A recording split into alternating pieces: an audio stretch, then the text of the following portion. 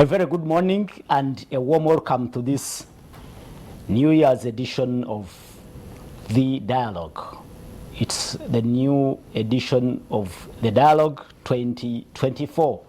Happy New Year to our viewers and welcome to the big show. It is time to look at the big stories which made headlines through the week, and we internalize and put all those big stories into context. My name is Prince Apollo. Welcome to the big show. And we send out shouts to our viewers. Welcome once again. The panel is set to take you through the big events that made our week.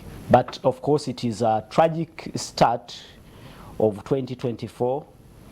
We were shocked by the unfortunate armed attack on Pastor Joseph Bujingo, the proprietor of Salt Media Group, and the lead pastor at House of Prayer Ministries International. It was Tuesday night when unknown armed assailants attacked his vehicle and incidentally killing his bodyguard and a church elder. We buried Richard Muhumuza just yesterday.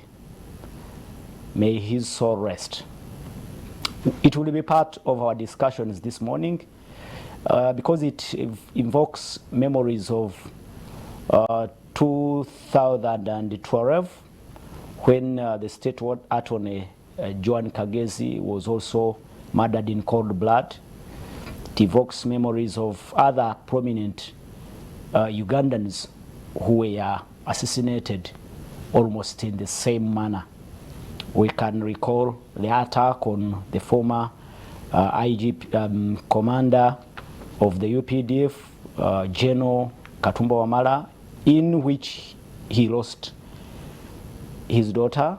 We can also recall many other incidents, including the former deputy the former AIGP, Andrew Felix Kawesi, Muhammad Chirumira, and recently a video blogger, Ibrahim Tusubira, also known as Ismail Access, was also assassinated in a similar manner. We'll be asking questions whether it's another form of terrorism we have to learn to live with, or maybe there is something we can do about it. And also we'll be looking at the response from government and authorities, how they are responding to these attacks on civilians. Well, we will be also looking at other big stories. There is an international event going on in the common resort, Munyonyo Resort. The conference of the Commonwealth Conference of Speakers of Parliaments, and we are sure that 33 speakers of parliaments across the globe attended that event, including other presiding officers of those parliaments. And we'll also be looking at other issues coming up, but of course I have Dr. Gerard Werewansara in the studios. He is a public policy researcher. It's happy to have you again on the show. Thank you very much, Apollo, and of course, good morning. Good morning. Good morning to our viewers who always take the time to be with us every Saturday. I'm really glad to be here. And of course, what happened, we are really sorry, and may Richard's soul rest in peace. True. How was your week, Richard? Gerard? The week, apart from this negative news about the attempted assassination of the CEO, Pastor Bujingo of Salt Media, I think for me that was the worst of the week. And of course, as the week was starting, we also had some news on the helicopter crash of UPDF. We are losing our fleet of the UPDF choppers. I don't know what is happening. I think the president needs to carry out investigation because these choppers are very expensive, and we are always passing supplementary budgets over and over again. And what I know about insurance is that many insurance companies globally don't want to insure military equipment, especially in volatile countries like ours where we are all the time fighting. So you find that if you crash in 2022, 3 of them, 2023 you crash, these are losses to the country. So is it the training of the pilots? Is it the unserviced, overhauled, you know, choppers?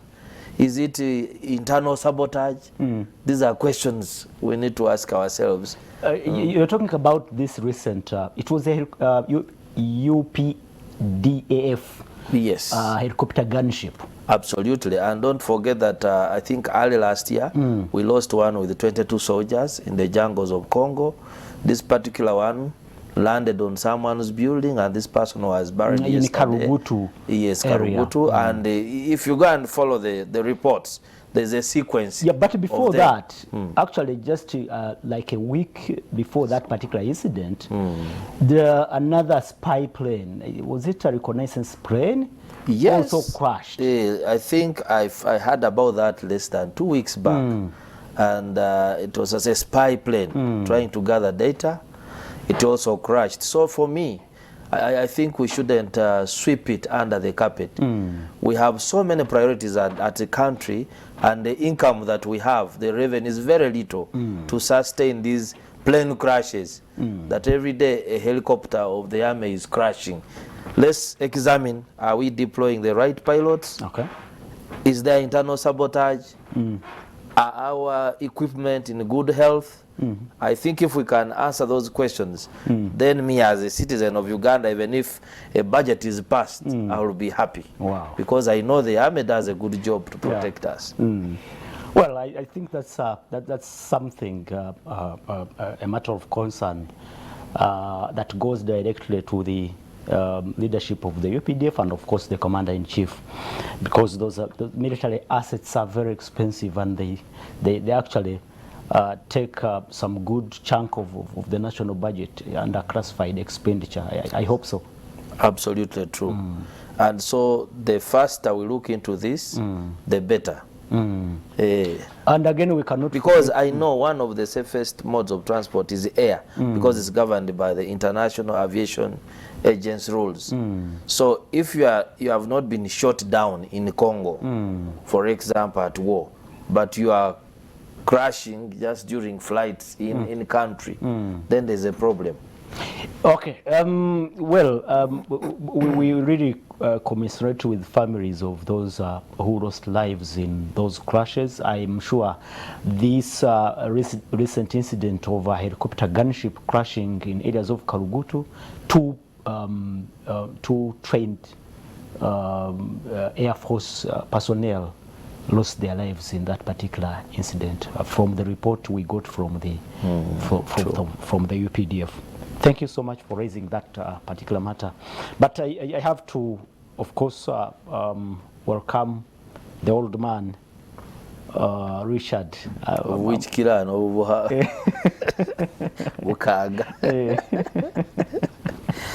Richard, the Bukangaria. Speak to our viewers, please. Happy New Year. Happy New Year to you. Yeah. Yeah. According to the Gregorian calendar, we are into the new year. True. It's not the same for the Islamic calendar. It's not the same for the Orthodox calendar. It's not the same. So also probably our viewers need to know that this is just the Gregorian calendar. Yeah. The other New Years for the other people happen differently. So when I was living in Ethiopia last year, the other years, we would celebrate New Year's Day on a different time frame. True. So we would have 2 New Year's Day celebrations as a family. Follow the, is it And the I Orthodox? think for them, they are in 2020. So it's that. So that's why for me the most important New Year's Day is my birthday, because that's a definite year I'm starting. Yeah. So if I had the resources, I would start the Bukangarian calendar. That would count. But our viewers, it's always a glory to God to be back here. Wow. The Almighty, because the viewers, all of us must remember the might that God has. Wow. But also the grace, with all our transgressions, we still are coming here. And so that is very special for me. Happy New Year. Thank you for staying with us. And. Can we commit ourselves to being better this year? Thank you. Good. Thank you so much, Richard. Richard is a communication expert, dialoguer, and Dr. Gerard Wedewansara is a public policy researcher. We hope to be joined by Honorable Barnabas Tinkasimire, Buyaga East MP, and we can start from here. Quickly, before we look at that tragic incident, when unknown armed assailants attacked Pastor Aloysius Bujingo. Doctor, any comment on the ongoing global event in Munyonyo? Since previously we discussed about preparations, I will focus on the objectives of this international, of course, event, Commonwealth Speakers and Presiding Officers Conference. The spirit behind it was to promote impartiality of speakers and presiding officers in the conduct of parliamentary businesses among the Commonwealth countries. And of course, the other is to develop parliamentary institutions into institutions that help promote development and also reinforce the democracy of the member countries. And then the other was to promote knowledge about parliamentary studies, parliamentary information around the world. So for me, those objectives are very critical. But as a country, maybe using this conference, we need to reflect that are we sticking, do we just hold these conferences to show off? I think our presiding officers, the leadership of parliament needs to reflect on these objectives and know that they need to be as impartial, as objective as possible in trying to reinforce the mandate of parliament. And of course the other is that we need to use it to reflect. For instance, in Commonwealth practices, in the principle of separation of powers, the ministers, once you are appointed a minister, like what Kenya adopted, you are totally a minister. And then you are answerable to Parliament. When you go to Parliament, they are questioning you, you are presenting the budget, and then the Parliament remains independent to do oversight over you. But now, in our case, if you have, say, 500 members of Parliament, and out of those, the 90 are ministers, so you have fused the executive and the Parliament. And then you are in a situation constantly where all MPs are saying, I have heard that I'm going to be appointed a minister, that I'm going to be appointed a minister. So at the end of the day, are you going to check yourself? You know, if that's why we mix up. That you are finding a person is a member of parliament, is also a minister, is also going to distribute iron sheets. If you know, why can't they get lost along the way? So, so for me, these are things we need to look at reflect to improve our governance. Exactly. Richard, any comment? Because I'm told, I'm yet to confirm that in that particular event, parliaments of UK and Canada did not send delegations, possibly because we passed the Anti-Homosexuality Act, the law now. I don't know if you have a comment, and if you are talking about Commonwealth, then I think you're talking about UK, you're talking about I don't know, Richard, what you make of that. I think one, it is interesting that sometimes you see the way, because Commonwealth is you know, I struggle with this Commonwealth thing. I usually say commonly exploited. For me, I usually call it the commonly exploited. It's a forum of the commonly exploited. You had the British really exploiting everyone. I don't want to use the These were colonies of Britain. Absolutely. So you had I don't want to use the F words and whatever, but you had Britain doing that to all of us. Really, what is there to celebrate? That the British came, looted us, murdered us. I don't think they are celebrating. Yeah, so what is it? What are we celebrating? They are meeting. So if they don't come, let them go to their colonial hell. Common cause. They should be going to their colonial hell. Yes. What are we smooshing about with people who killed our grandfathers, murdered our economies, eroded our cultures, and have been exploiting us neo-colonially? I'm not sure about that. So if they want to stay in their confusion, let them. Now, I get it. Yeah, now, what I have seen that I have appreciated about the meeting is that they went to visit some factories. I really appreciated that very much. That, for example, there is the one which makes drugs, manufacturing medicines. If indeed we can have some of these countries increasing trade amongst themselves, that would be a wonderful outcome of such an interaction.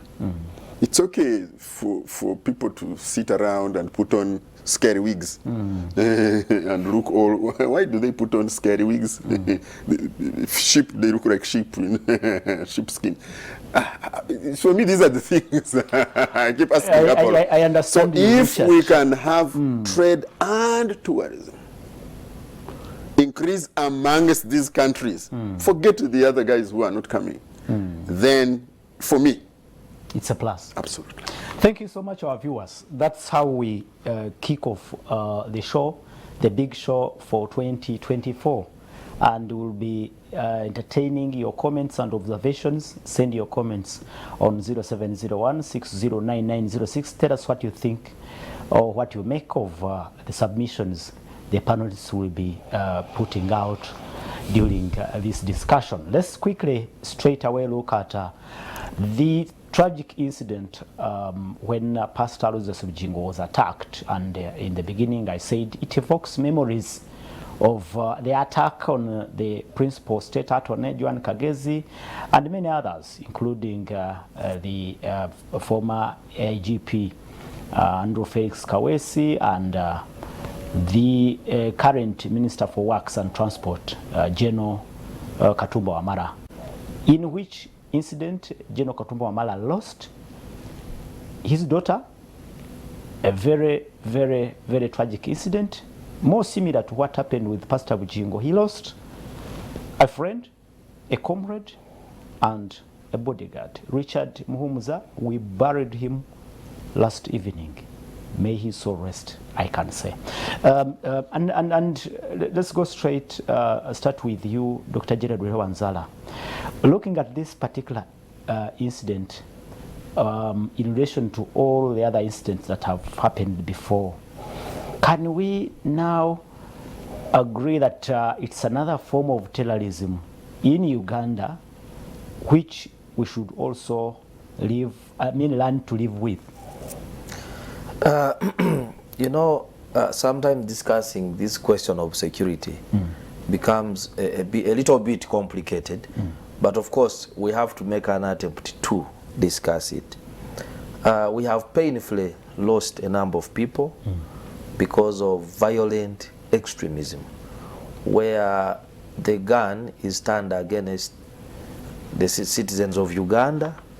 And of course, for me, what pains the most is that we have invested heavily as citizens in street cameras, billions and billions of shillings, but the investigations in most cases are never conclusive, and the public never gets to know what exactly happened.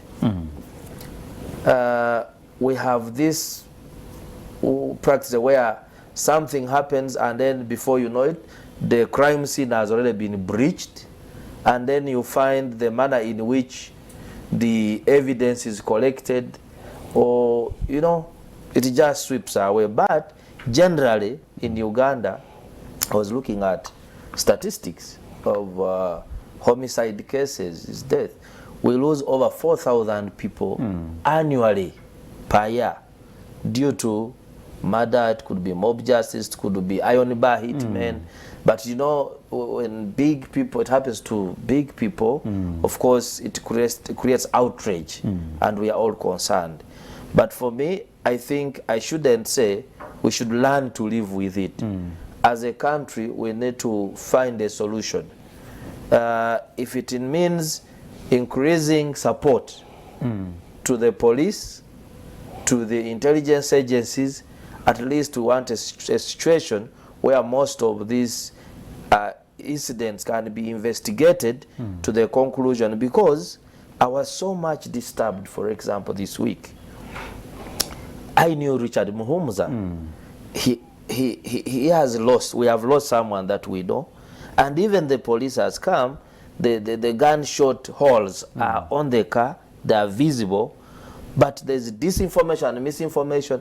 And I was more disturbed that even a minister who is in charge of police makes reckless statements as the police is investigating the matter under his jurisdiction, causing more confusion in the public. Now, if we ask ourselves, was the car shot at? Yes, it was. Did the person lose life? Yes, lost a life. Is it a matter of public concern? Yes, it is. I think that's where we start from. We shouldn't say we learn to live with it. It's a big problem because there are 7 aspects of human security. If you ignore any of them, then you are not addressing the issues of security.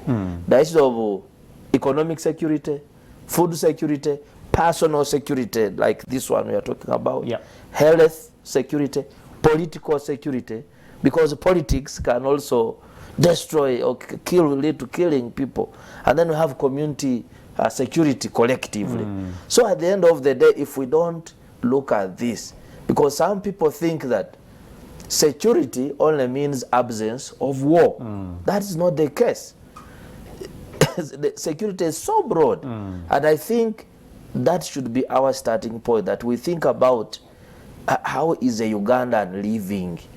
We can say for the first time, like I'm hearing so many statements, for the first time in so many centuries, that Uganda is now at peace. Are Ugandans really at peace? That is the question. Richard, quickly, Dr. Gerard Were-Wanzala speaks about looking at this particular incident and others that came before it in a broader context of national security, not only on targeted assassinations, but also in the broader context of looking at the social aspect of citizens and all that. What do you make of this situation, which has turned tragic? It's unlikely that when you are not of any importance in society, you will have a targeted assassination. It's unlikely. You may be killed in a robbery or something, or shootout, but that you have a targeted, who is going to invest in targeting you? I mean, you are not there. Actually, that is different. Yeah, you're not anyone. So targeted assassinations are indeed very specific, very thought through. And you see, if you look at what we call the targeted assassinations, except for very few people, actually they happen to people who are guarded. So it means there is a prior concern about the security of this individual. Yeah, if you look at most of the targeted, except for the imams, but almost all of them are people who have guards. And many times the guards die too. The driver, the guard, the what, and the targeted. So in the case of my brother, the Baganda say, my brother must slaughter his chicken. He survived. This was, there is no, in my mind, this was survival. And if what is said, I have not spoken to him. But what he said that God gave him another chance, A second chance. there is absolutely no doubt in my mind about that. And I would like, for me, I was like, So it was a sign because I immediately received a message from a mutual friend who lives outside this country and said, what's going on? I told him, this is not the first one. And I would be surprised if it was the last one. So clearly, there is a group, or whatever you call it, that is targeting a certain profile of people in this country, Richard, and doing it in similar style. Isn't it important to understand what actually fuels these targeted assassinations? There's no question about the importance of understanding, but understanding is just one step, and dealing with the root cause of this. It must be dealt with. In this case, we have not yet had, in my at least my whatever hearing, any group associated with this. What I have heard though is that the weapon is associated with previous incidents. So yeah, okay, that's it. But in the wider sense that you asked about, it's a certain group that remains to be targeted. That's the group that can be targeted. When you take, so that cannot be similar to the homicides that Dr. Werika is talking about. This is very targeted and very specific. Yeah, he's Dr. Jared Were is also talking about those incidents where we have had iron bar hitmen. Thank you. I mean, thank you. Now, those are not necessarily targeted. Riders. They are really random, if you can say. They are targeted, yes, but quite random. They wait around certain, we know the same, almost the black spots. Generally, they wait there, and whoever comes with a phone or, I don't know, a bag, or they are going to hit that one. So in the broader sense, this country has definitely, yes, had increased and transformed security. But those incidents ought also to be dealt with. The investments that we have made as a country, and Dr. Werika has talked about this, I think should also be contributing. Okay. We should see them contributing to some of the solutions. Some of the things are done post-incident. The investigations, the follow-up, the footage they were talking about, those things. And I think we need, in this particular case, to allow the investigation to happen. The other thing that I can tell you is concerning is that every time there is such an incident, you cannot find an intact scene. Scene of crime. You cannot find an intact scene of crime. So that also can make it extremely difficult. In fact, one of the things that for me I find interesting is when people are being interviewed and they are contradictory eyewitness accounts. And then we say, never they worry him. Then the other one say, no, you have a and you're thinking, okay. And so for me, this is also it makes the whole investigation process complicated. We need to also sensitize ourselves that if there is a shooting at a place, let's not contaminate the scene. Briefly from you, Dr. Gerard Rehewanzada, before I bring in the Honorable Barnabas Tinkasimire. The same question I asked Richard, isn't it important to find out what fuels these targeted assassinations? Yeah, but I don't want to believe that all of them are the same. I think usually the first point should be, if it has happened to Richard, we should ask, who is this Richard? Richard Mumuza Richard. No, I'm meaning assuming it was. He's using me as an example of a potential corpse. Yes, Richard Baguma. I think it's important to define who is, to profile who is Richard Baguma. Who are the potential enemies? Who are his associates? What role does he play in society? How is he impacting on certain people? Then there you can say, probably it could be politics, it could be ADF, it could be, but all of them, I'm sure, the cause may not be the same.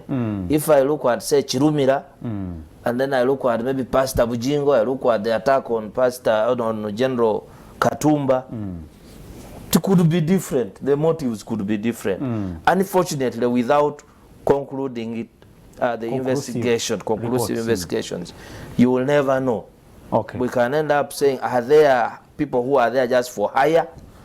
The good thing as we kick off this discussion, police has issued a report that the weapon which was used in the assassination of Ibrahim Tusubira, also known as Olaxes, is the same weapon that was used in the attack on Pastor Bujingo. That's why now I'm asking.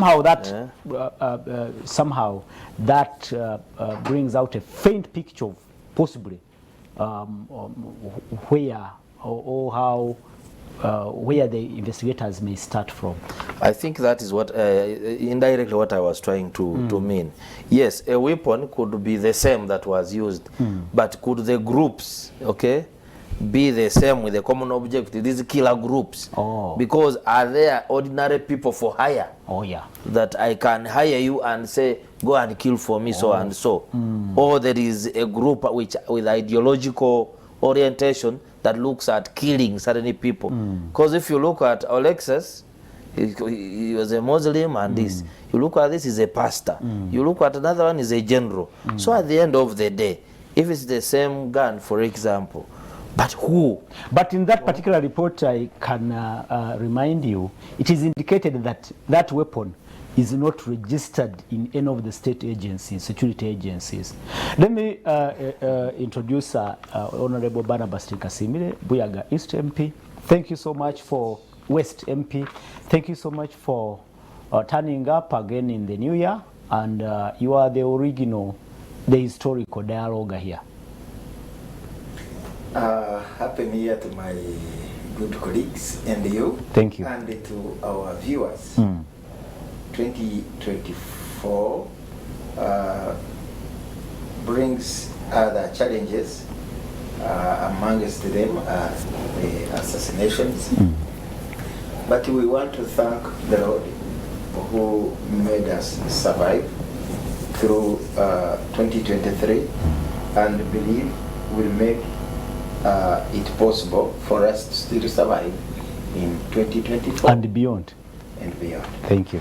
We want to thank God for the protection He provided, I think, to Pastor Bujingo.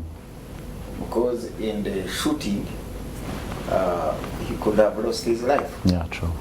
We also want to send our condolences to the family of the person who Richard died. Muhumuza. Yes, who died. And we pray that these things are going to stop.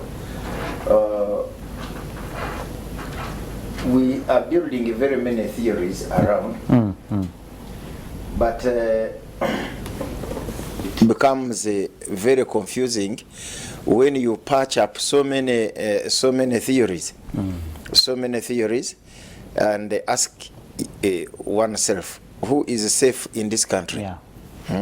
Who is safe in Uganda? These assassinations are almost becoming like HIV, that everyone will get caught up one day. I could be here with my very good friend when they are waiting for him outside. And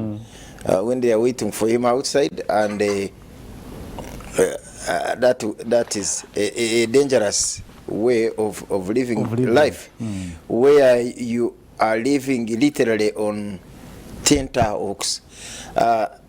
It's unfortunate that I have lived almost through one regime. The other one of Obote, I did not understand anything. I mean the same thing, because although I was born during the time of Amin, I really did not understand what he was up to, other than reading what people have written about him. Sometimes They overestimate his crime rate. Overestimate or exaggerate? Exaggerate the crime rate that was there by then. And, they say it was instigated by the state. During Obote's time, the same little, but at least I know that they used to arrest people, and some other people would disappear forever. We have come in this regime. It is the drone incident which had become very naughty, and I saw when they killed Kawesi, Chirumira, also Muhammad, and a number of others, including the land lady, Joan Kagezi. Then a number of Muslims who have been shot and killed, the attempt on the life of General Wamara. No, it is becoming serious and much. So the state has to move I'm asking, Honorable, and explain it to us. Yes, what is the cause of this? Isn't it important to interrogate exactly what is behind these assassinations? I all think if it is the violence, because why would you target Pastor Bujingo?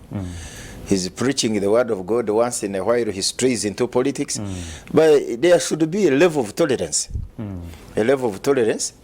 and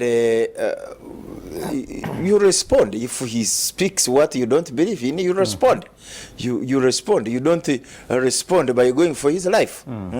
Going for his life. God is the author of our lives. Is the author of our lives, and I believe he should be the one to take it away at the time he wills. Although some people say even in such assassinations that God plans it that way. No, I don't want to. That should be the evil way. Yeah, the evil way of doing things. Some question that I want to ask, and I want people to get interested into. You said there could be some hired people to assassinate. Hired guns out there. Yes. A group of people can be hired and they do the work. When I read the interview of this man who was killed in Gomba, what was his name? It was Sobi. The story around him tells it that outside there, it is what is happening. Oh, there are very many hired guns out there who yes, can bump you off. Because when he tells you the story, and then he says, I decided to change and work for government. And even when he was working for government, he was involved.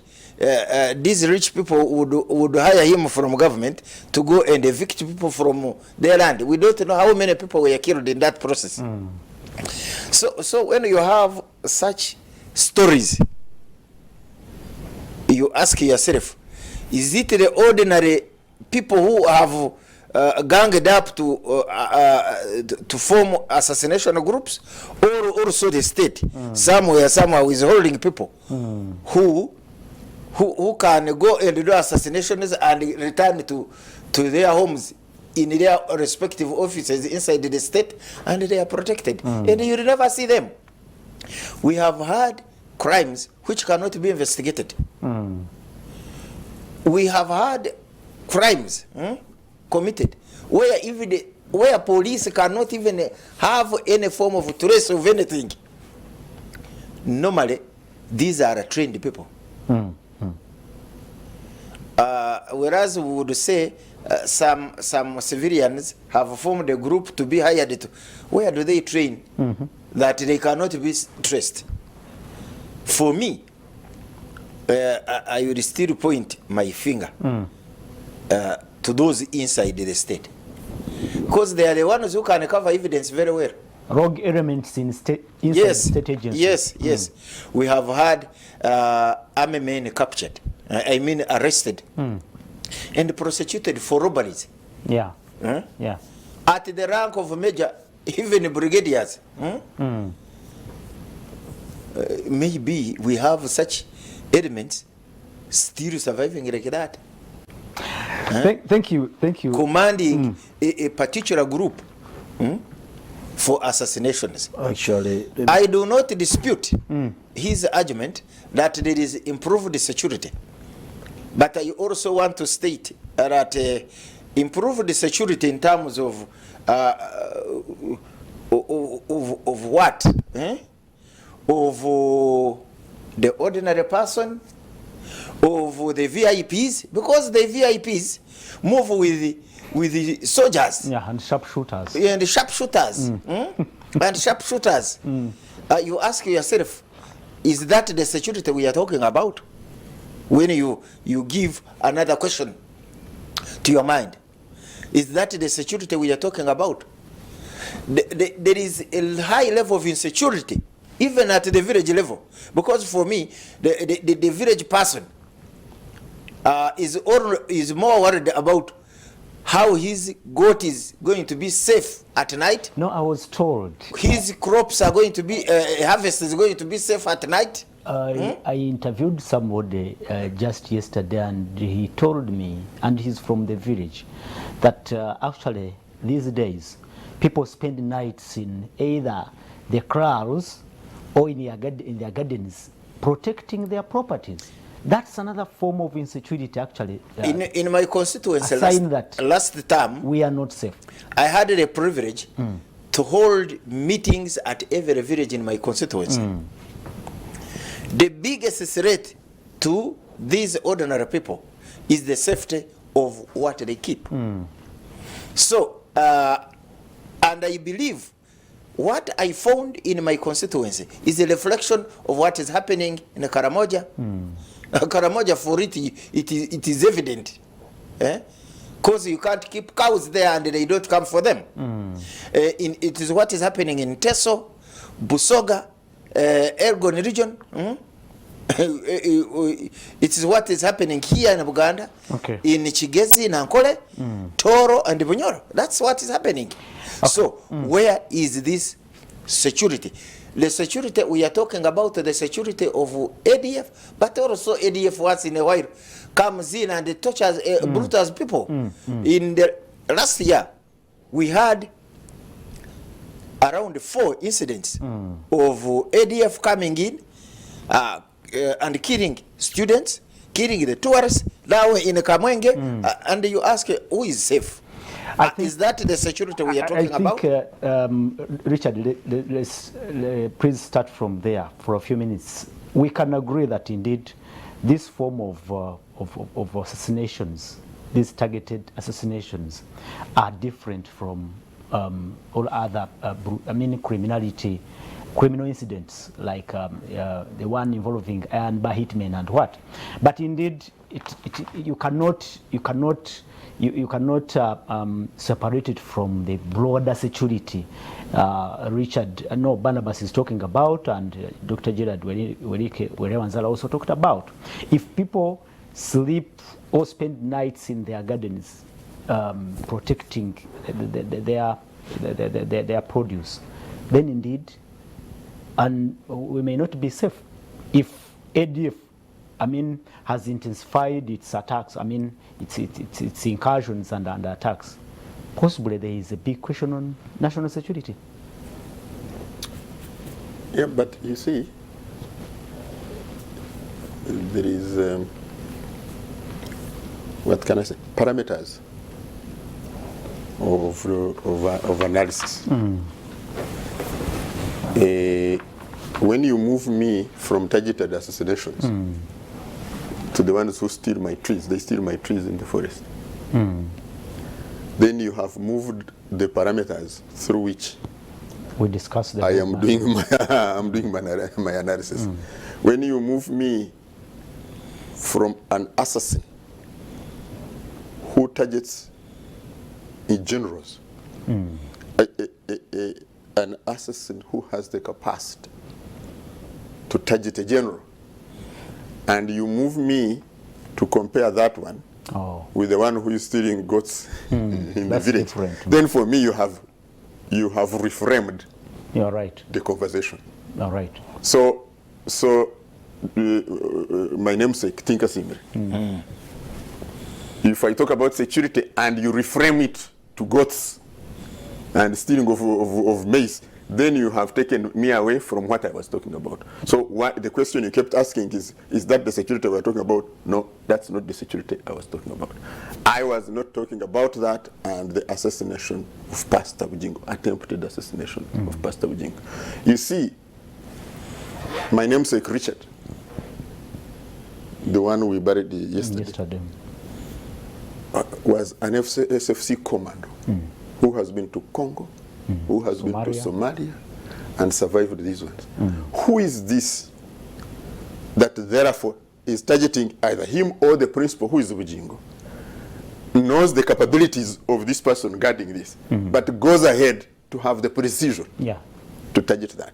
If you want me to frame my discussion and analysis with the one who is stealing chicken in the village, you're right. Then you have reframed me. You're right. And therefore you have taken me away from my analysis. Let's go back, Richard, to these targeted assassinations involving high-profile citizens.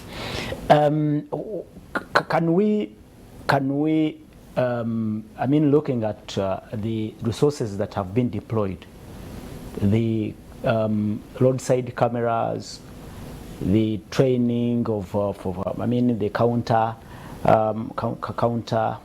terrorism squads and what, do you think there is hope to stop such a violence? I will answer you like this, Apollo. An American president was assassinated. Yeah, Jeff Kennedy. The Israeli prime minister was assassinated. The Ugandan president was assassinated. I can go on and on.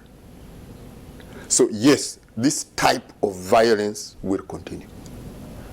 And it hits even the supposedly most protected individuals. So yes, it will continue, for a very straight forward answer. However, because it has happened at that level, and because it is going to continue, I am not saying we fold our hands and therefore say we are defeated.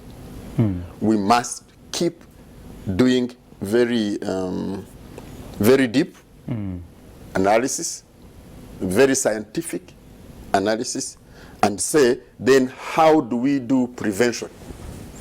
How do you do intelligence to detect and probably simulate and model around who is the next? The Honorable Tinka Simile here said there is no one who is safe. Yes. What are the patterns of the people who have been assassinated? So who is likely to be next, and how do you protect them? Or how do they get briefed to contribute to protecting themselves as well? Okay. Yeah, so these are the questions, I think, for me, that need to be engaging those ones who have the capability and knowledge of security to detect and say the Honorable Baguma Richard is the probable next one. And so Baguma Richard must now, for the next 2 weeks, not leave home or something like that. I think for me, we also need to be going there.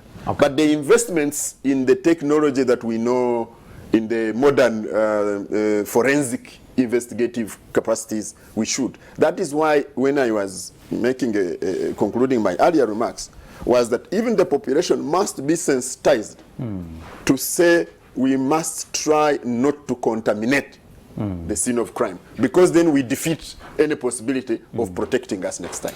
Thank you so much, Richard. Thank you so much. Our viewers will be taking your comments and observations, and after the break we'll be reading those comments, but we still have the Honorable Barnabas Tinka Simire, Buyaga West MP. We have Richard Baguma, communication expert, and Dr. Jared Werewanzala, a public policy researcher, looking at this issue of targeted assassinations, mainly involving high-profile citizens, how anyway, we are looking at what may be behind these assassinations. And Honorable Barnabas raised an issue that we think also requires critical analysis. He points fingers to people in the system that possibly there are signs that possibly they could be the people involved in these assassinations. And that one makes it even more difficult to investigate. Exactly. Makes it very, very difficult to investigate, because he's talking of we should be having somewhere like a roster who could be the next. Who could be the next? It becomes very difficult in ordinary sense. For us to even know, it is the state. The state is the one that holds intelligence. It's the one that holds communications of these assassins. Assassins. Normally, when those, if it is a group that is assassinating people, they normally have jobs. The way job orders. You move from so and so, and they receive that information. They receive that information.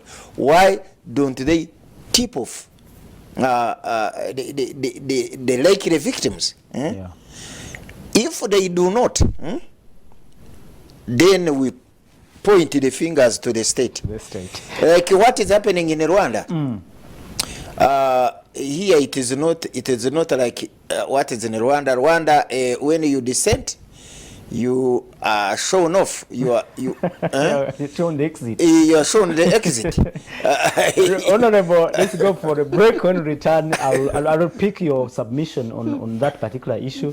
I mean, it is very, very serious, actually. When he talked about, I think it is Baguma Tinkasimire, who talked about the courage these assailants have to target people who are generals in the army, people who they know are armed, and they're actually well guarded. It's really, really intriguing. Let's go for a break. It is the big show, the dialogue, and we'll return after this short while. Don't go away.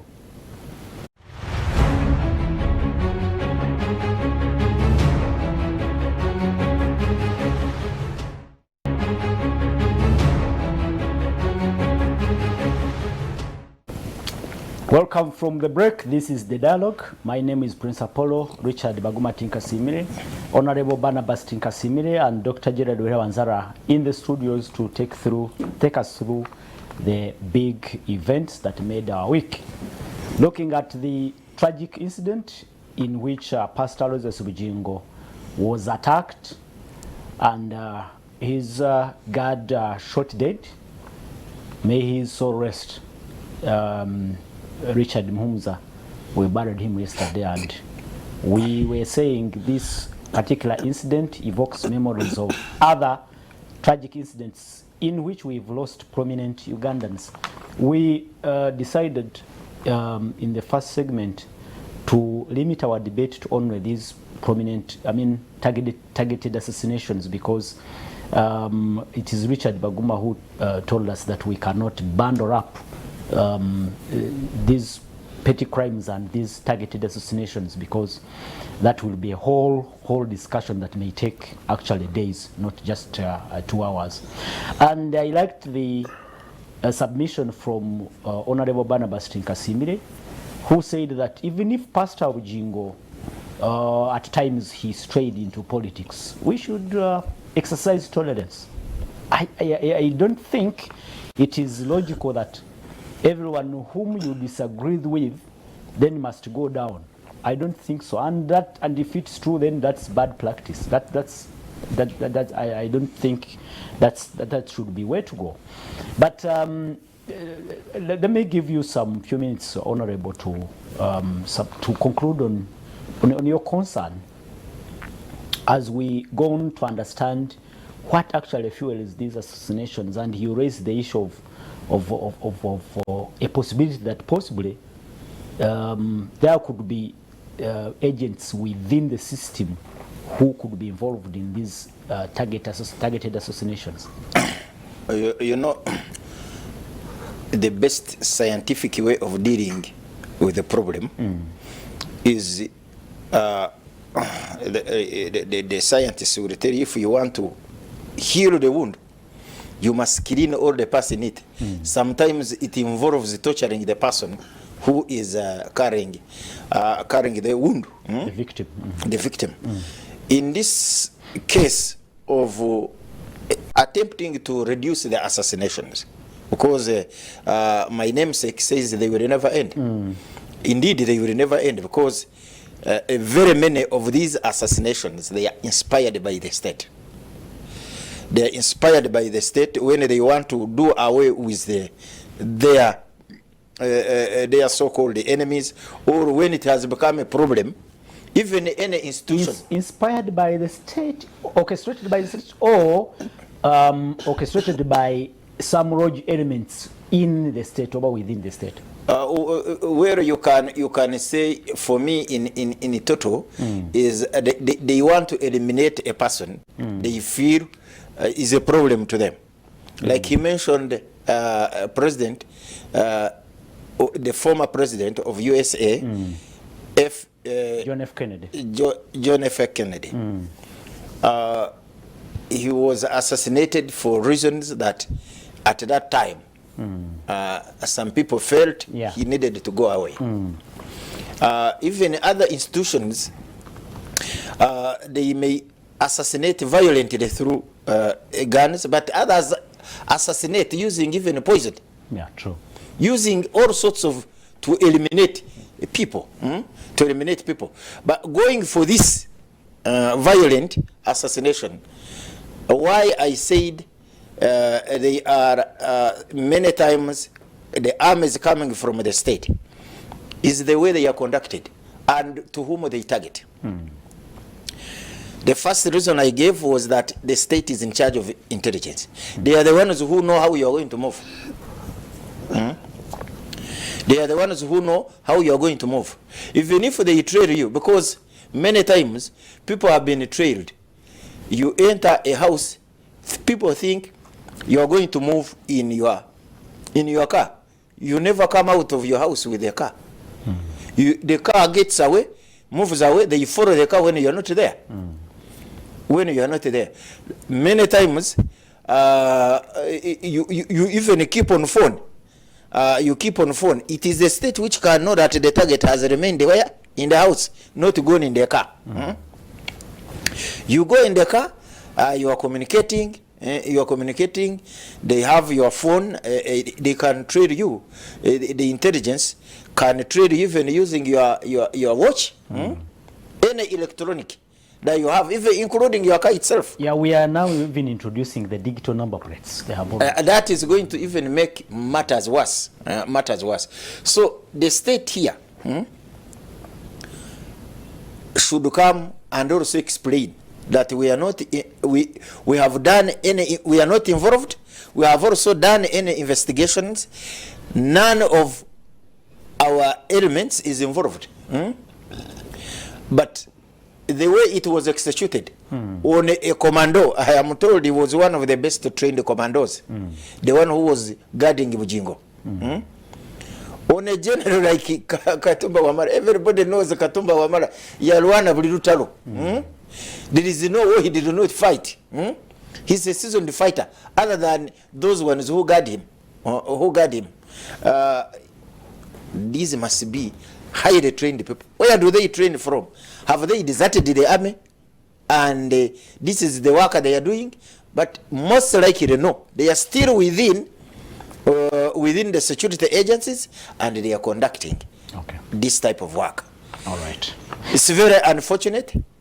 But as we also discuss, he said we do not discuss petty crime. Petty crimes. Those are not petty crimes. I didn't say that. For me, Honorable Tinkasimi, I said don't frame them the same. It is okay to discuss petty crime, and I agree. Because people have died. For me, a people's representative,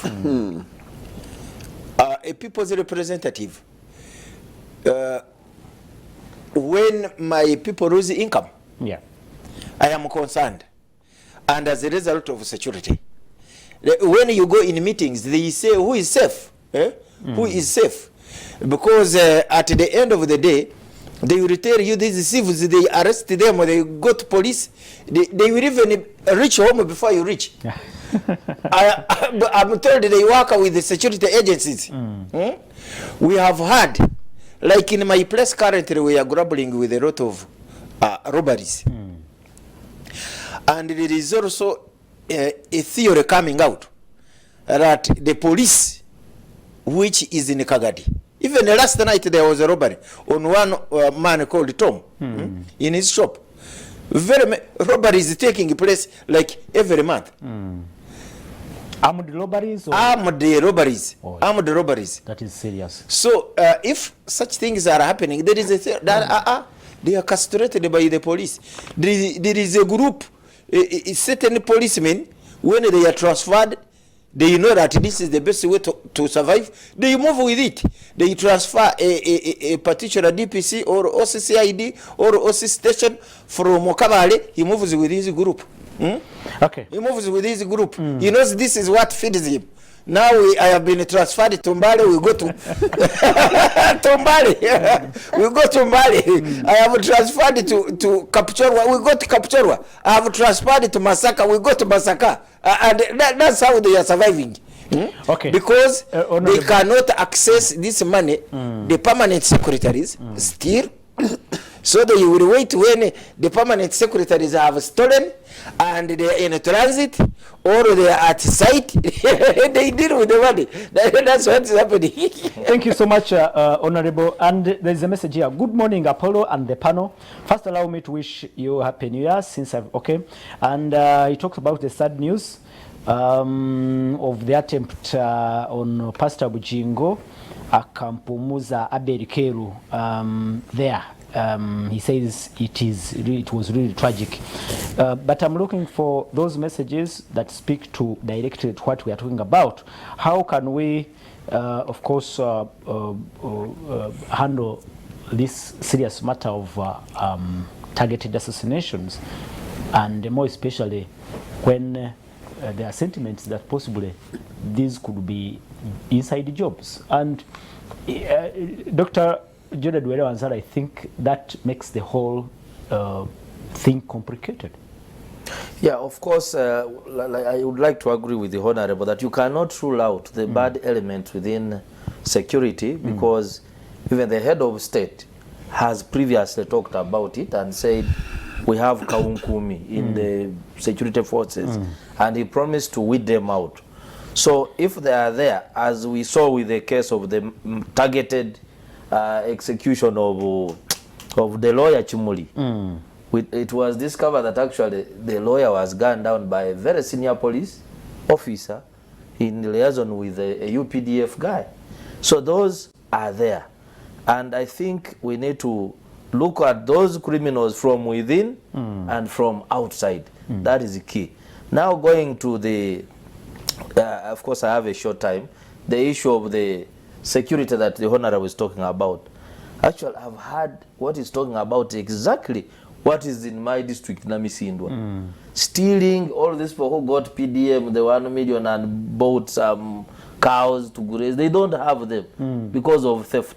To the extent that people lost trust in the RDC's office, the DPCs, and then they had to form their own community security groups. And that's how they have managed to reduce security. And then what is really problematic right now within the security, there are these issues of police dogs. You have one dog that is serving Namisindwa, it is serving Manafa, it also goes to Bududa. When a crime happens somewhere, they say the dog is busy. And then they hoodwink people to pay money, like 200,000 for a dog to come, and then it comes 2 weeks later, then they pretend. We know about these dogs. If a crime was committed this week, many people have crisscrossed in the area. And then you bring a dog after 2 weeks, then the dog moves around and meanders in a person's home who is not a criminal, then they pick that one. They also take and collect money from that one. At the end of the day, the thieves are enjoying. They're enjoying because it's like a Togo. So the weaknesses in the system are actually also... Yes, if we are able to invest in cameras, we also have and classified expenditures for other things. Let's also invest in these police dogs to help detect crime in the right time. Otherwise, you cannot convince me that you brought a dog after 3 weeks and it is doing a correct thing. What will it sniff now? Because the dog operates on the scent. Will the scent last for all those two? Anyway, it's a laughable matter. Dr. Jerry Wanzala, there is something Honorable Barnabas raised, the issue relating to Sobi, a renowned gangster who was killed, and he had some relationship with the operatives in the system, and I think according to Barnabas, that somehow testifies of how possibly rogue elements in the system can also perpetrate crime, can perpetrate such a crime. Yeah, and it has not only been Sobi. We remember another person in Rubaga, who I'm not going to name, who also was accused of carrying government weapons and was a civilian, doing a lot of political and police work. I think it was called Chitata. This gentleman, everyone was calling him a terrorist wherever he was. But later he went in, he was pardoned, and I'm told he's around the area again. So he's back in the system. Exactly. And those groups usually don't reform totally. Once criminal, usually when they pretend, they are just changing the way of doing their trade. Today they will confess, we killed so and so, but now we are reformed. We can help you look for other criminals, but they are looking for money. So they get money and resources from the state, and then they also continue doing and actually protection. Protection. Most times, and it doesn't happen only in Uganda, most governments that depend on criminals to pretend to be fighting crime, usually they face the same common problem, and that's why some states end up eliminating them when they discover they are actually a problem. So I think this is what government also needs to pay attention to. All right. My producers will run the number on the screen. Send your comment or observation on these critical matters we are discussing in the studio relating to crime, more specifically targeted assassinations happening in this country. How best can we manage these incidents? And anyway, it's unfortunate. Just to conclude, I saw Kakwenza here who was beaten terribly, supposing he had underlying causes and he died there. Probably the body would have been put in the body bag and thrown somewhere in the lake. And then would say criminals killed who? Kakwenza. But when he was being tortured by the state. Okay, and quickly from you, Dr. Gerard, if since we are still interrogating all these theories running around, and Honorable Barnabas raised the issue of Pastor Bujingo also at times, straying into politics. Won't it be unfortunate if somebody is targeted because of his political affiliations? I have heard a number of times President Museveni, especially when at the height of political contestations, condemning religious leaders for taking sides. Well, like in the last election, it was evident that so many priests, especially in Uganda here, took sides, I think against the NRM, and I think in favor of NUP. And also when the issues of shootings on the street came in, I think there was a red line drawn by some priests. But you remember that many times when religious leaders tend to take sides, the tension increases because they are people of influence. I don't want to say that they shouldn't. It is their right. As citizens, okay, they also hold political views. But like the Honorable said, the country needs tolerance. We can never agree on the same thing all the time. I can be Muslim, you can be Christian, we can have different sects within the Christian community, but we shouldn't use extremism. If I'm a pastor, for instance, and I differ with you on something, I think we should tolerate. Okay? We also promote our views through speaking, but don't talk about eliminating others. Okay. It is absolutely wrong. Richard Baguma, did you, in all these theories that are running around, did you think Pastor Bujingo was attacked because of his political affiliation? No, no. I think it's one of the most dangerous things I should be doing is to attempt to speculate on the objective of his assassination. I think I would be a shadow and far-fetched. It is just for me the pattern. It is the pattern, the similarity of the pattern of the attack that can, in my mind, create a thread to the other assassinations. And the objective, in my view, cannot be petty criminality. Okay. It cannot be petty. This is high level, in my view. This is high level. It's a strategic action. So it must be aiming at a higher objective than petty crime. Otherwise, there is no reason to shoot somebody and go away. Yeah, if it was just petty crime, you would probably want to pick the money out of the car, or they take the car or something. So that's why, for me, I say this is not just petty. This is clearly organized, clearly strategic, with a certain higher objective. That the group that does this, or the ones who ordered them to do. Because if we assume that for them they are commercial, they are given instructions, go and... If at all politics may be a matter in this, won't that be very unfortunate extremism of the highest order? No. Extremism is extremism. It doesn't matter whether you are political, religious, or economic, or whatever. Extremism is extremism. And what are you extreme about? Maybe you are not extreme about politics. Maybe you are extreme about beliefs. Maybe you are extreme about economic objective. So extremism is not necessarily a political thing.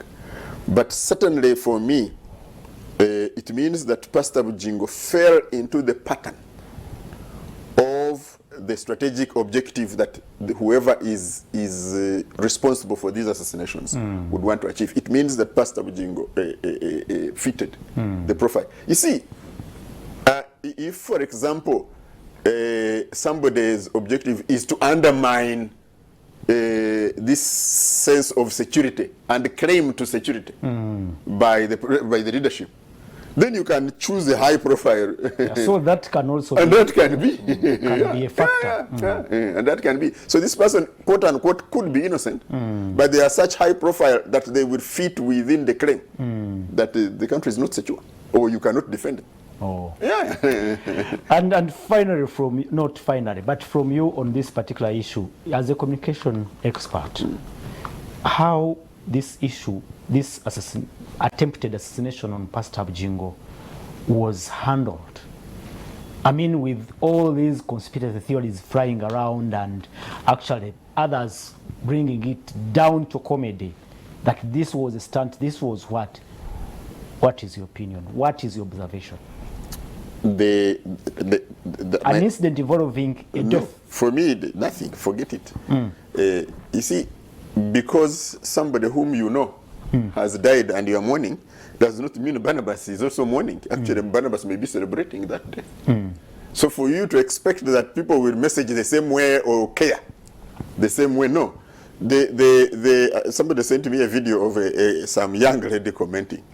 In my view, that young lady was just making a comment for likes and for shares. Social media. Yeah, for likes and shares. I don't think that she has any other strategic intention.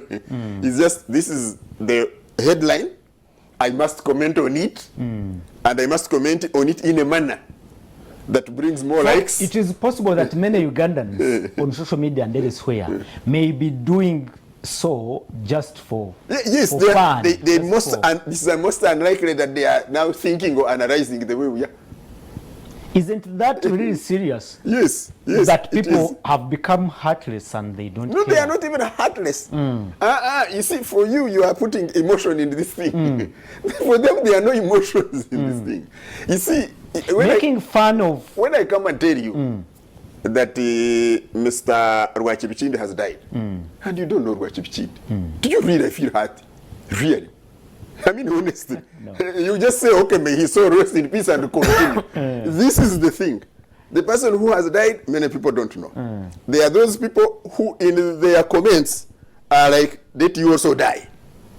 For whatever their hatred or whatever it is. So they are celebrating the death. They don't know who has died. But for me, if you say he's one of them, let me also die. There are those ones, and there are many who want likes and shares, who must be part of the conversation as long as it's headline. And I can tell you, if you look at their conversations, they jump on this, and tomorrow they will jump on another. If it is the headline, they will just jump on the headline. All right. So yes, it's unfortunate, but that is the context in which we are. All right, thank you so much. And Honorable Barnabas, is there anything to maintain? Because we cannot stop it. Like Baguma says, maybe we cannot stop this trend of assassinations. It will happen because it is even happening in other countries. But what can be done? How best can we manage this unfortunate situation of security? You know, in the past or in history, assassinations have been used by institutions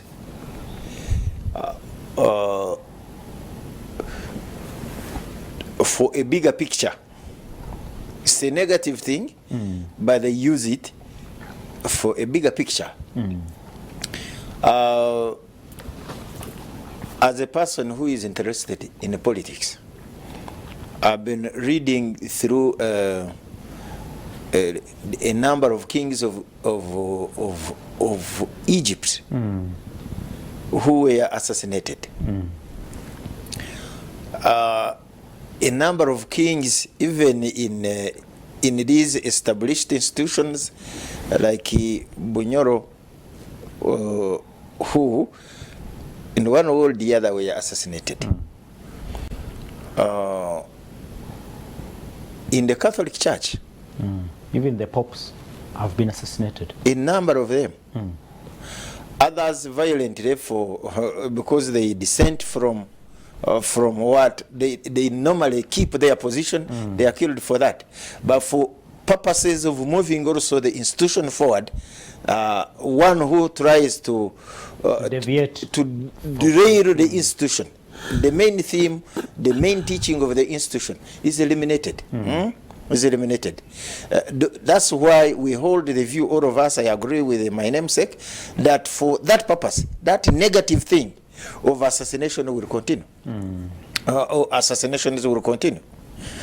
But now is where wrong elements are also using it to earn money. Because those who are like me, who have had the privilege to read through files of those who have been, of cases which have been tried successfully. The assassins are normally paid heavily.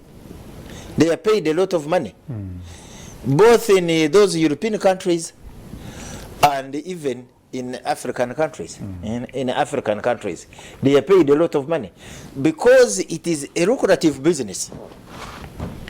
The desperation in our people, not even the desperation, because the desire to become richer very fast will continue to make this happen. So, but now, we can't, as a state, should not sit back and just allow its own people to be finished through assassination. Because those ones that are controlled by the state, investigations may be difficult for us to yield the results. Where you see an investigation failing completely. They put this theory, on the crime, it falls down. Put this theory on the crime, it crashes. In most cases, the state is involved. In most cases. But there are cases where they are not involved. They should be able to investigate and arrest these criminals. People are saying, they are distorting the scene of the crime. A serious investigator, even if the scene of the crime is distorted, they will sort out who committed the crime and who did not commit the crime. Because in the digital world, there is no person who will commit a crime in one way or the other without using technology. Either will take a picture of the house where this person lives, or a car, or will speak on phone, or will speak, or will use internet to communicate, or will use a laptop, computer, things like that. Investigation. So you are saying, despite all these excuses that are being a good investigation, for the authorities not bringing out conclusive reports in these investigations, there are two things. Either the state is involved, or they have failed. I mean, their capacity to investigate is still lacking. Although we are being told that Uganda has moved very far in terms of investigations, as a lawyer who is involved in like criminal prosecutions, you find that there are very many gaps. Very many gaps. Let me find a police officer. He has a file of defilement, and there is no DNA test. Oh, then that is a gap. Or a police officer taking a dog to a crime scene and has no scene of crime report to accompany the file. Yeah, of course, that is laziness. But here is, they will tell you, for us in this place, we don't have that capacity. There may be two things. Either it may be laziness, as you said, but also it may be deliberate. Maybe to bury the case. Because if you took a dog, you inspected the place, and you have no scene of crime report and the pictures. Okay, before we look at the capacity DPP. Before we look at the capacity of our system to handle such a matters, let me read these messages before we proceed. Richard Kasese Bwera Boda, he said, it is the government which support all those criminal drivers, according to Late Sobi, who was given a chance to work with police. Okay, his message is somehow I think but they let's investigate this matter, or talk about it. Why would a serious institution choose to use the snowball method to hunt for a thief? The reason they say that they use thieves to catch thieves is ridiculous, because in our own we must have a criteria of recruitment. Yeah, true. A criteria of recruitment is that a person recruited into these forces should have no prior criminal record. Yeah. No prior criminal record. For Sobi, his entire life is criminal. You bring him into the system. Yes, he has gone, but how many did he bring in? Or who belonged to his group? I want to entirely agree with Dr. Wanzala. We need to enhance investigation into the spirit of all Ugandans, rather than coming out only to make weak statements after some incidents happened or have happened on government officials. Secondly, how can we get to that group targeting people, and who are these people targeted and their contribution to this country? I am Abel Akampomuza Keru. Thank you so much. Thank you for the program. I am Agaba Swaibu from Cheraha Nyakarongo, Kagadi district. To me, I think the government must look into its security personnel. We in Kagadi district, we are also worried, as my Honorable Barnabas said. We were shocked when one of our brother was robbed in Kagadi. Okay, thank you so much. He says, thanks for the show, greetings to the panelists. I think it's better the government recruit professional officers in intelligence. They shouldn't be biased. Whether it's opposition or government, the investigation should be done and reports be out. But since shooting started, no report has ever been out. The only thing they do is to arrest innocent people, most especially Muslims. I'm manager Derek, watching live from Shonga Music Empire. Thank you so much. You should pick from this. That's where we will start from. I think this person raised the issue of arresting haphazardly after these incidents have happened, and even in the end, these people are released without being convicted. Hello, thanks for the show. This is Johnson. The issue of these shootings are state managed. Take a critical look at all of them. They have similar patterns, and guess what? The government has never produced any single report, and none of the killers have been reprimanded or sentenced. I like Kahinda Otafire's view on the issue of my pastor. Listen to him well. I may agree with his school of thought. Honestly, where was Frank Gashumba to break the news that that was very quick? How did he know before the border guys? Okay. He concludes, may his soul rest in peace. Please don't call this number. Send just a WhatsApp message or use the short messaging system. Send the messages. We can only read messages. We cannot pick calls. Praise God. Morning. I'm happy and happy New Year. Thanks to you all. It is true. The assassinations have been there, and not only in Uganda, according to the incidents, even in countries abroad. Richard Baguma is right. We cannot defeat the habit, but we can dig deep to beat about the problem. We've only got one shortcut: love each other, but don't kill. We could derive evidence from the 10 Commandments. It's a long message, but thank you so much. Please give us your names. We need to know who is sharing with us. The government should invest in human intelligence to dedicate criminals? No, I think he's talking about detect criminals before they perform the operation. I was saying, please, you should not call this line. Send messages, and I would want to read these messages and get them away. Thanks, Mr. Moderator. My issue is about political issues. To me, what I think, why social media is now vying and celebrating is that my pastor is always fuming against such and such. They think he's their he's their rival. Okay, he criticizes those young brothers. Okay, as for him, he supports the government, which is killing, kidnapping. Okay, so they are trying to tell him that look, the life they are going through and fighting for, and yet he's blaming them. David from Chira, thank you so much.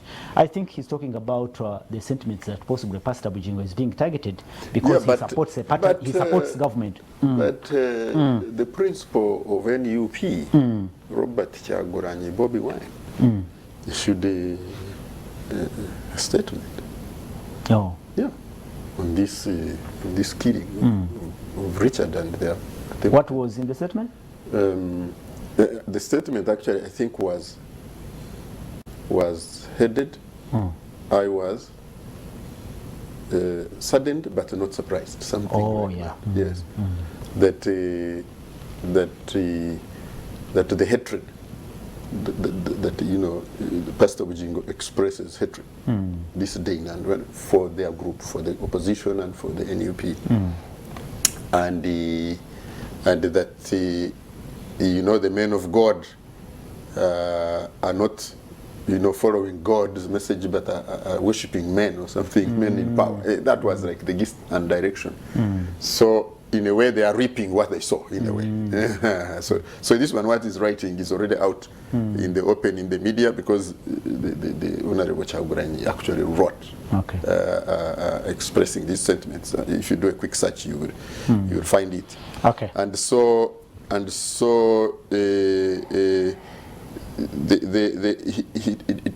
almost sounded celebratory. But it's like, yeah, this is what we are saying. These supposedly men of God have take sides. Take sides openly. They could say that they should be with us, fighting for what is right and what is. I salute all the panelists. I am Kadu from Masaja. I strongly believe that our pastor was being targeted for his political views and feelings, because even some common politicians have come out and said that it is because he supports government. People don't believe that the opposition can also kill. Oh. Okay, thank you so much. The opposition are part of our society. So, and here he says, oh, he sends us Bobby Wine's message, but I cannot read it. I cannot read the whole message. It is long, so I cannot read it. Thank you so much. I think this is our friend from Chira. The message is very long. I cannot read Bobby Wine's message, but thank you so much, viewers. I didn't really like leaving out some of your messages, and he says, morning, angry men being with guns and disagreement. He points out why, what could be behind these assassinations. That we have angry men with guns, but also have disagreements. I don't know if you pick anything from that. Maybe the main causes of this terror, maybe he says that could be the main cause of this terror. Sembus Ivan, thank you so much for the message. I don't know if you can speak to that, give your comment on that, Dr. Jared Wanzala, that maybe we have frustrated individuals in our security system. I think in my submission when I was beginning, I gave all aspects of human security. I talked about political security, community security, security from hunger, that's food security, all those things. And then personal security of life, this we are talking about, they all. So me, I'm thinking that other than only focusing on the targeted killings, we also need to look at security holistically. You know, from the community perspective, we need to evaluate our security systems. You know, the personnel he was talking about, that probably we may have conditions like a person of good character recommended by the area LOC, GISO, but then we find criminals also in the process recruited. A track record, actually a good security system has to keep a track record of its officers.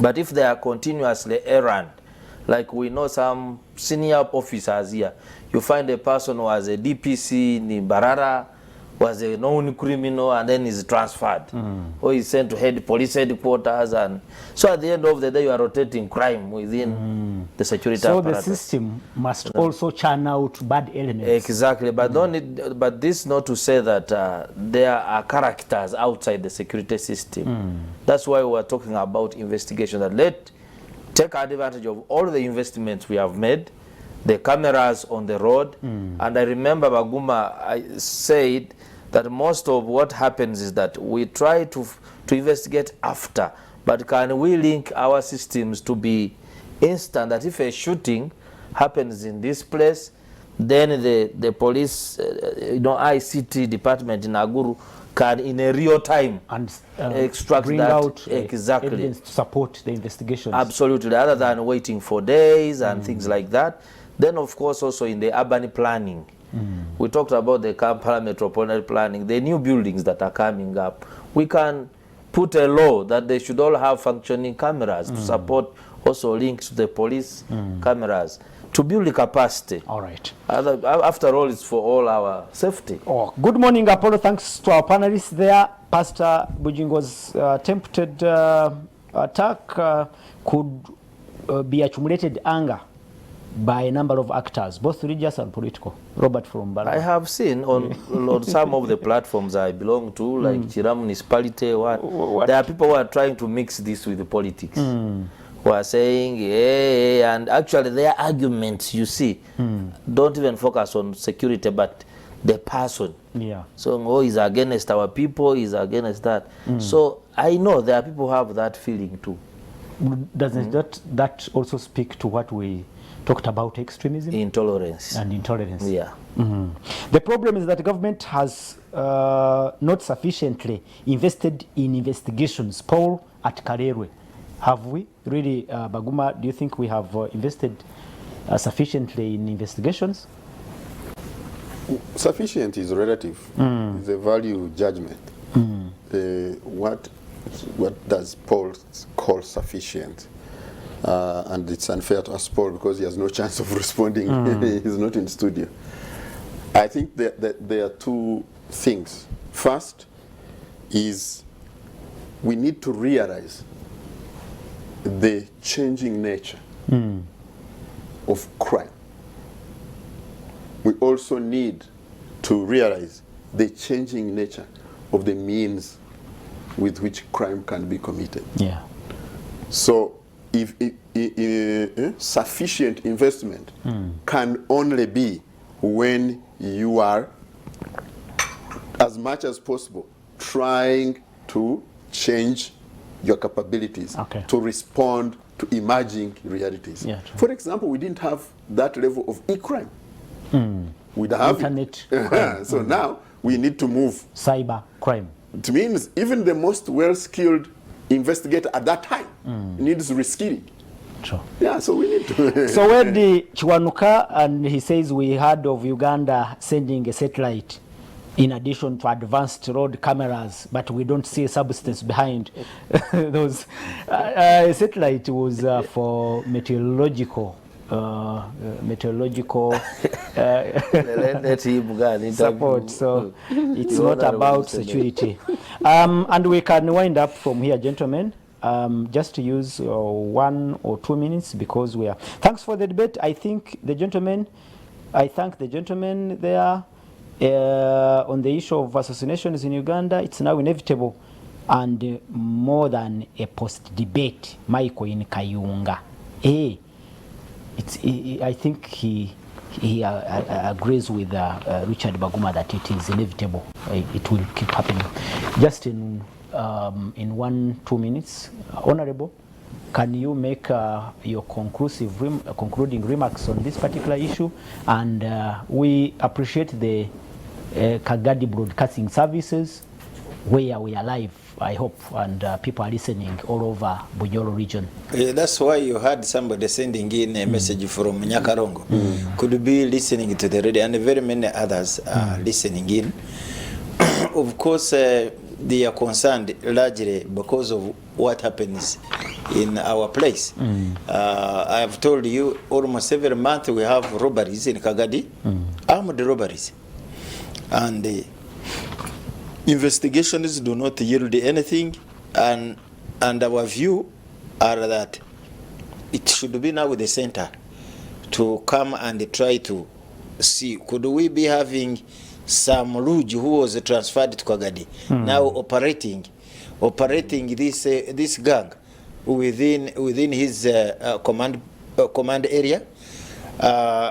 This could be what is, if the government has such elements everywhere, they should make sure that they are wiped out. 2, government, yes, we are interested in you absorbing those who have been opposing you, but when you absorb them, train them to stick to normal principles of engagement. If you are going to say to bring them in and use them raw as they are, because I had a conversation with one of the highly He's a security guy, a Khan, I think, who was arrested. And one of the opposition leaders who was in Kampala, now no longer in politics, was defeated. It was not actual opposition, it was in NRM, but was in Kampala. Was used to come and torture him. Oh. Yes, come and torture him. That's why I hold the view that it's very, very wrong for security to become desperate and start recruiting or using these guys. Criminal elements. Whom they hold, they have a file against them, that these are wrong elements. Their life has been through and through criminality, crimes, committing crimes only. Now they use them to come and start helping them. These are very, very dangerous elements. Okay. They do not only move alone, they move with their gangster. The gangster, when they are not properly paid by the state, they will be used by those who are available to pay them. Like those who want to evict people, those who want to eliminate other people, and they can get to them such that when they kill, this guy will use the security where he is and protect them. Thank you. And will continue like this until it reaches the common person. Richard Baguma, your concluding remarks? Each crime ought to be investigated to its conclusion. Where patterns are discovered, patterns should be followed to establish the web, the weave, the cobweb, to establish the web of this criminality. There are many possibilities at this stage where we are. And of course, we are quite speculative in a lot of it. But assassinations have become such a pattern that it undermines the sense of security in the minds of many people. Oh, yeah. It also undermines the very bedrock of what the government claims to provide to the population. So there must be investment. And the ones who have abilities, who have skills, who have capacities to execute some of these types of crimes are surely not many. There are not many people, in my view, who are skilled and organized in that way. So I think this should be focused upon. Finally, the crime in the minds of us, the people, it doesn't matter whether it's petty or high level, creates the same apprehension, tension, fear, discomfort, and uncertainty. Good. Just 1 minute. I think we need, of course, I don't say that we should investigate in the open, but we need transparency and accountability. It has been so disturbing. If you take the case of Kagezi and the late Kawesi, that after a year or two we arrest other people and we say, now these are the real ones. After another year, we arrest another group and say, now these we have got the real ones. But at the end of the day, nothing is concluded. So we leave those gaps in the population. If we have failed, let's know that we failed. And then finally, there's a lot of crime in the country. We used to have crime in urban areas. Actually, villagers used to say it was normal when they had a thug or a pickpocket. But now it is in the village. We need really to think about security. Namutambo Michael from Bududa, the main cause of insecurity is corruption within the police force. It's a long message. I cannot complete it because time actually is not on our side. We have to sign out. That gentleman lied. No. It was message was not jubilating. It was in condemnation of the act, but also informative in nature, that it is saddening but not surprising. He disputes your We didn't even interpretation talk of Bobi Wine's message. The panga welding, man. We didn't even Gentlemen, our time is up. We thank you so much for being part of this show. I have to thank my panelists, Honorable Barnabas Nkasimire. Thank you so much for your time today. Thank you so much for being part of our discussion. Richard Baguma, thank you so much. And Dr. Jared Warihe, thank you so much. And most importantly, our viewers out there, and Kagadi Broadcasting Services for pushing our voices further and further. We treasure you, gentlemen and ladies. We catch up next Saturday. The dialogue is out. Good afternoon and have a splendid week ahead.